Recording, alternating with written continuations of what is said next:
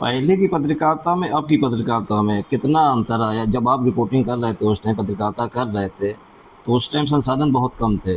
Mobile नहीं था, ना रिकॉर्डर उस तरह का था। भाई अब तो कोई भी होता कि सर ले जाता, मोबाइल लगाता, रिकॉर्ड कर लेता। पहले इतनी सुविधाएं होती थी नहीं थी, लेकिन जो रिपोर्टें आती थी ऑथेंटिक होती थी। लेकिन अब वो तो हाँ, देखिए क्या है, हमारे यहाँ पत्रकारिता का जो पूरा इतिहास, उसको यदि हम टुकड़ों में बांटें, जी उसके प्रकृति और प्रवृत्ति के हिसाब से, तो आज़ादी की लड़ाई तक तो ये था कि भाई वो हमको एक ही मिशन था। जी। एकदम सबके सब फ्रीडम फाइटर नहीं थे। हम्म। उस समय भी धंधे की तरह भी अखबार निकाल रहे थे, लेकिन बड़ी संख्या ऐसे लोगों की थी जो सर पर कफन बांध के वो कर रहे थे। वो संपादक भी थे, वो नेता भी थे, वो समाज सुधारक भी थे, वो जेल भी चले जाते थे। अब माखनलाल जी किताब हमको मिली, तो उनमें लिखा रहता था, कई बार लिखा उसे हो गई नीचे दस्तखत तारीख। तो उनके बड़े छोटे भाई थे ब्रजभूषण जी, तो उन्होंने हमको सारा सामग्री दी, भेंट की थी वो सप्त संग्रहालय को। उनसे पूछा, दादा ये हो गई क्या है? कह रहे देखो भाई, हमारी सरकार उनसे बड़ा प्रेम करती थी दादा से। तो दादा कहते हैं माखनलाल जी को, तो वो इतना प्यार करती थी, कभी भी उठा लेती थी।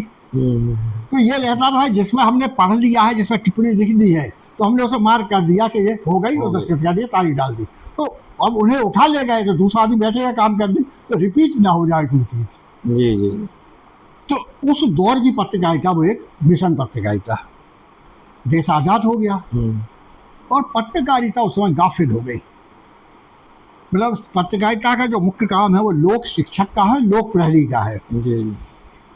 तो सम्मोहन की पत्रकारिता हुई 10-12-15 साल।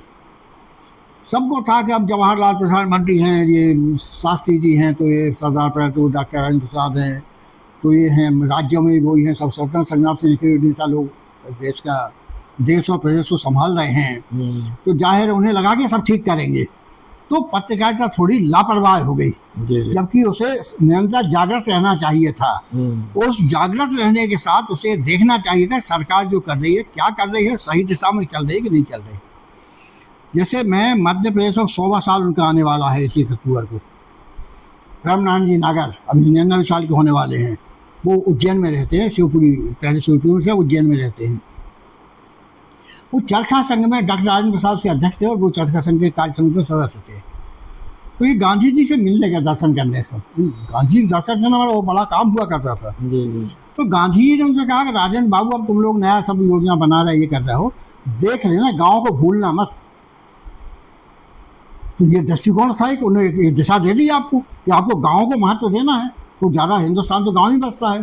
तो गाँव यदि उस समय विकसित कर दिए जाते प्रायोरिटी के आधार पर, उनमें ज़रूरी संसाधन वो पढ़ने के, चिकित्सा के, रहने की जगह, रोजगार के, सब ठीक कर दिए जाते, तो शहरों में जो पलायन होके आया है ये नहीं हुआ होता। तो ऐसे लोग जो थे वो उन्हें छटपटा होती थी।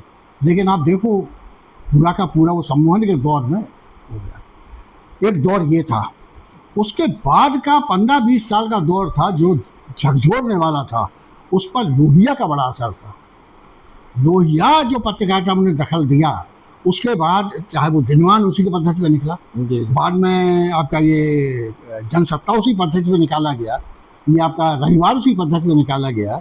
और एक ये समाज, बहुत बड़ी संख्या में तो समाजवादी सोच के लोग थे, उनमें से बहुत पत्रकारिता हमारे वो झोला छाप पत्रकार कहलाते थे उस जमाने में। तो उनके पास संसाधन नहीं थे, घर परिवार की बहुत अच्छे से वो देखभाल नहीं कर सकते थे। बीमार पड़ जाए तो इलाज की व्यवस्था नहीं थी, अच्छी पढ़ाई नहीं करा सकते थे, बच्चों को सिर्फ हौसले से जो कर सकते थे करते थे। कई बार तो खाने के भी लाले पड़ जाते थे, नौकरी चली जाती थी। इसके बाद भी एक जीवन एक मिशन था, अच्छे के लिए काम करना है, समाज के भले के लिए काम करना है, सामाजिक सरोकार की पत्रकारिता करना है। उसके कारण क्या था, पत्रकारिता का और पत्रकार का दोनों की प्रतिष्ठा थी। लेकिन वो सारी प्रतिष्ठा वो थी क्योंकि ये जो पत्रकारिता को फोर्थ एस्टेट कहा गया, चौथा खंबा, ये संविधान में नहीं कहा गया है, कानून में कुछ नहीं है। ये कानून में आम आदमी वही आप हो। ये कहा क्यों गया? क्योंकि लोगों ने देखा था, समाज ने देखा था कि ये जो पत्रकारिता कर रहे थे लोग, यही लोग आजादी की लड़ाई लड़ रहे थे, यही लोग समाज सुधार के आंदोलन कर रहे थे। भाई सती प्रथा बंद हुई, बच्चियां जो विधवा हो जाती उनको पुनर्विवाह हुआ, लड़कियों के लिए स्कूल के दरवाजे खोले, किसने खोलेंगे? वो ये पाखंडों के खिलाफ कौन काम करता था? जी तो उन्होंने देखा ये लोग हैं, मतलब जागरूक रहे हैं, तो समाज ने उन्हें चौथे स्तंभ का दर्जा दिया। लोक मान्यता है, और लोक मान्यता में सबसे खतरनाक जो चीज़ है, सबसे ज़्यादा खतरनाक यानी चुनौतीपूर्ण, खतरनाक नहीं चुनौतीपूर्ण, वो ये है कि लोक मान्यता अर्जित करना जितना कठिन होता है उससे ज़्यादा कठिन उसको संभाल के रखना होता है।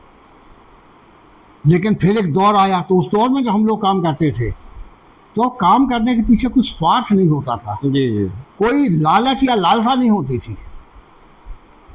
वो जो हमको प्रतिष्ठा मिलती थी, लोगों की निगाह में हमें वो लोग अपना समझते थे पत्रकारों को, तो पत्रकारों को उस अपनेपन से उनकी निगाहों में इज्जत झलकती थी, उससे जो संजीवनी मिलती थी वो संसाधनों की संजीवनी से ज़्यादा महत्वपूर्ण थी, ज़्यादा टिकाऊ थी। तो वो एक दूसरा खबर लेने जाते थे, खबर तक पहुंचते थे, खबर कहीं किसी के व्हाट्सएप पे या इसमें नहीं आ जाती थी, कई बार खबर जान दाव पे लगाना पड़ती थी। जी और स्वयं यदि जाओगे आप स्पॉट पे, आप खुद जो आपका गंतव्य है, समाज खबर का केंद्र है, वहाँ या उसके जो किरदार हैं उनसे आप जाके बात करोगे, वहाँ खुद स्थिति का अध्ययन करोगे, तो आपकी पत्रकारिता में प्रामाणिकता आएगी। जी यदि ये हवा अब बाहर जो बायवी हो गया है, इसके कारण प्रतिष्ठा भी घट रही है। इमरजेंसी लगी, तो इमरजेंसी में तो आप देखें कि जब देश गुलाम था तो हमारा संपादक आज़ाद था। जी उसके बाद खाने को नहीं था 2 टाइम की, देखो इतना आज़ाद था, वो सरकार चुनौती देता सरकार था सरकार को, लेकिन हो गया संपादक सुविधाओं का गुलाम हो गया।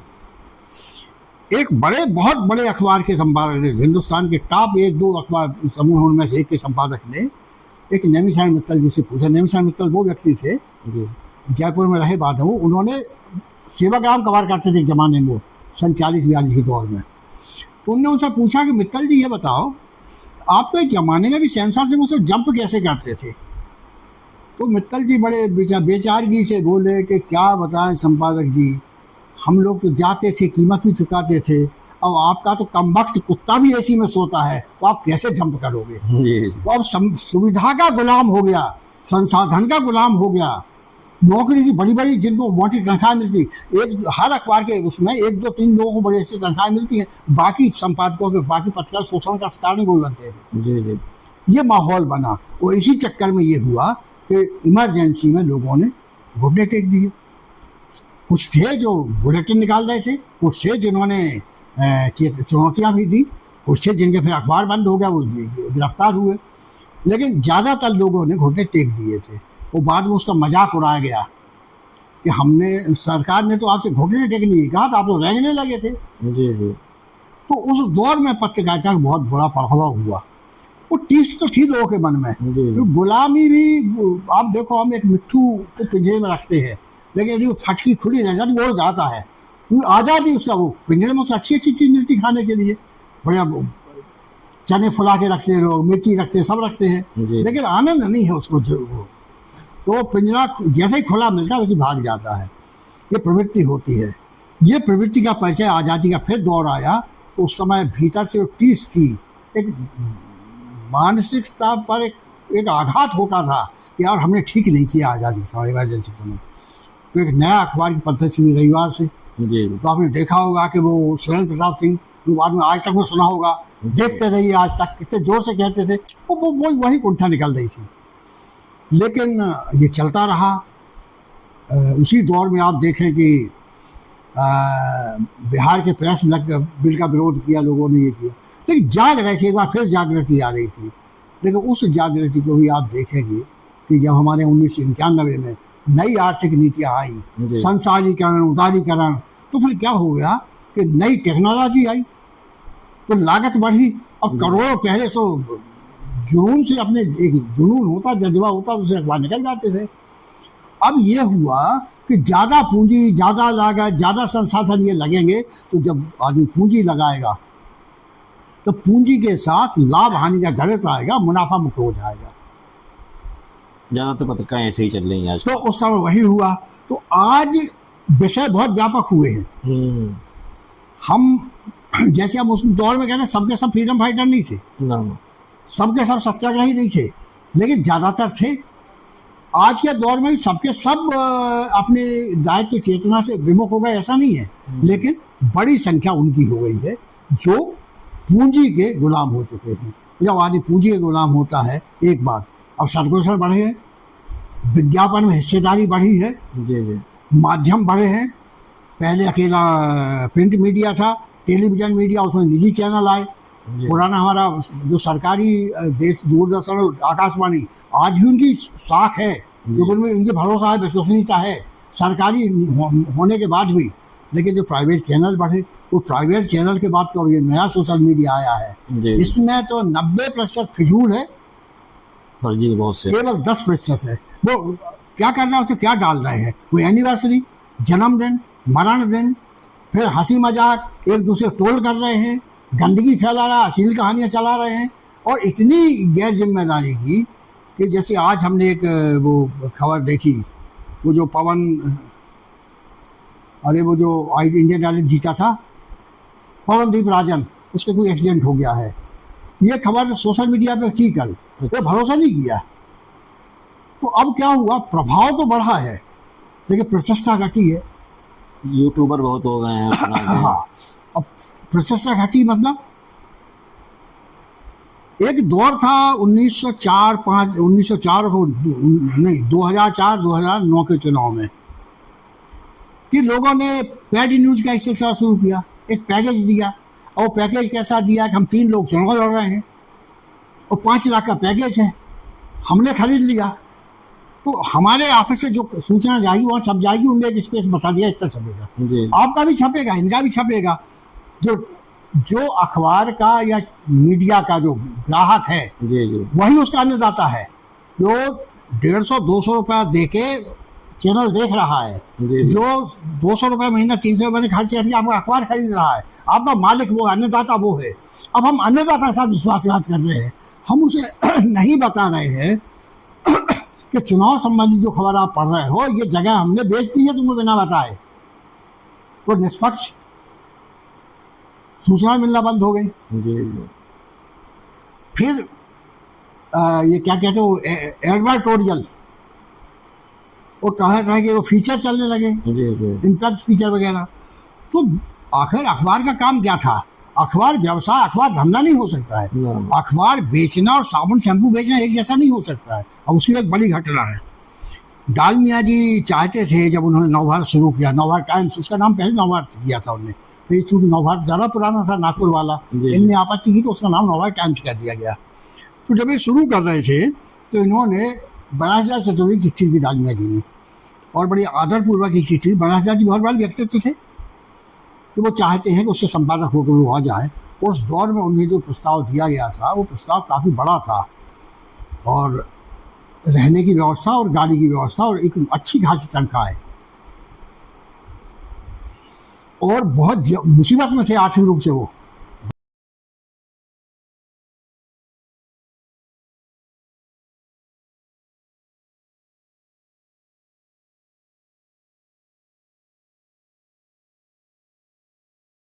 क्या कहते हो, एडवर्टोरियल, और तरह के वो फीचर चलने लगे, इम्पैक्ट फीचर वगैरह। तो आखिर अखबार का काम क्या था? अखबार व्यवसाय, अखबार धंधा नहीं हो सकता है। अखबार बेचना और साबुन शैम्पू बेचना एक जैसा नहीं हो सकता है। और उसकी एक बड़ी घटना है, डालमिया जी चाहते थे जब उन्होंने नवभारत शुरू किया, नवभारत टाइम्स, उसका नाम पहले नवभारत किया था उन्होंने, फिर चूँकि नवभारत ज़्यादा पुराना था, नागपुर वाला, इनने आपत्ति की तो उसका नाम नवभारत टाइम्स कर दिया गया। तो जब ये शुरू कर रहे थे तो इन्होंने बनारस चतुर्थी की चिट्ठी की डालमिया जी ने, और बड़ी आदरपूर्वक की चिट्ठी। बनारस जी बहुत बड़े व्यक्तित्व थे, तो वो चाहते हैं कि उससे संपादक होकर वो आ जाए। उस दौर में उन्हें जो प्रस्ताव दिया गया था वो प्रस्ताव काफ़ी बड़ा था, और रहने की व्यवस्था और गाड़ी की व्यवस्था और एक अच्छी खासी तनख्वाह है, और बहुत मुसीबत में थे आर्थिक रूप से वो। बनारस परिवार की बड़ी जिम्मेदारी थी, बहुत तंग थे पैसे के लिए वो। लेकिन उन्होंने चिट्ठी लिखी बड़ी प्यारी, और ऊपर 2 पैराग्राफ की चिट्ठी है।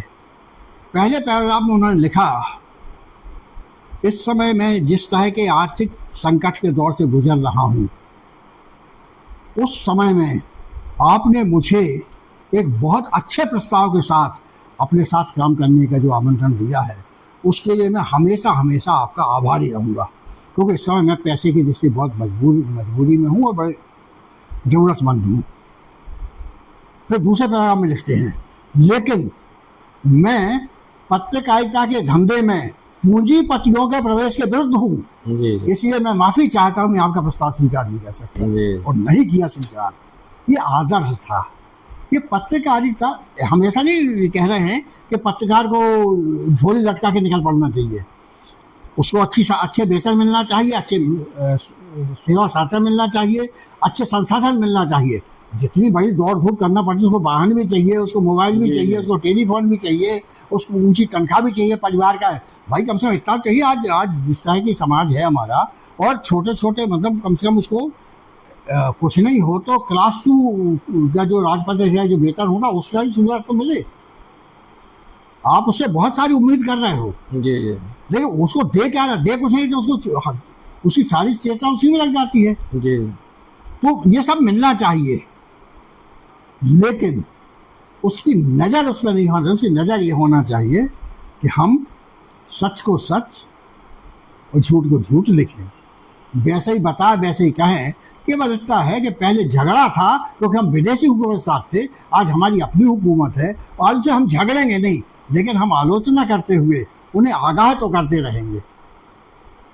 लेकिन क्या आपको नहीं लगता कि अगर हम आजकल अगर सच बोल देंगे टीवी में या पत्रकार में तो वो आपके ऊपर ईडी और ये सब चीजें आ वो तो जाएंगी? होता है, सब दौर में रहा मतलब है ये। जो ये दौर हाँ। चल रहा है पत्रकारिता का, टीवी में सच्चाई समझ में नहीं आती, सच्चाई है क्या?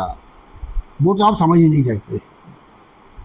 इसलिए कि जब तक आपका अपना कोई अध्ययन नहीं होगा, जी जी आपका अपना कोई विश्लेषण नहीं होगा, समाज के साथ आपका कोई सरोकार नहीं होगा, जी तो आप कुछ नहीं समझ सकते लोगों के मन में क्या चल रहा है। जी जी भाई हमारे यहाँ देखो ना, अब ये पैसे लेके जो इसके चुनाव के सर्वेक्षण होते हैं, जी जी ये सब क्यों सर्वे क्यों फेल हो जाते हैं? क्योंकि समाज से आपका कोई लेना देना नहीं है। समाज के भीतर आप एक परिवार में 4 व्यक्ति हैं, आज पति पत्नी को नहीं कह सकते तुम्हें इसी को वोट देना है। जी जी मान लो दबा में कह भी दे, वहाँ पे क्या होता वो है नहीं पता नहीं नहीं मानेगी। अब मना करने लगी, अब तो महिला घर की वही मना करे, आप अपना काम करो, हम अपना काम करेंगे। 4 लोग एक साथ नहीं हो सकते, तो आप कैसे अंदाज लगा लोगे कि अब ये हो रहा है? जी तो ये है। लेकिन इसके यहाँ सबसे बड़ा नुकसान ये हो रहा है कि आपकी साख घटी है जी जी और पत्रकारिता की विश्वसनीयता इस समय सबसे निचले स्तर पर है। जी जी और ये बहुत सबसे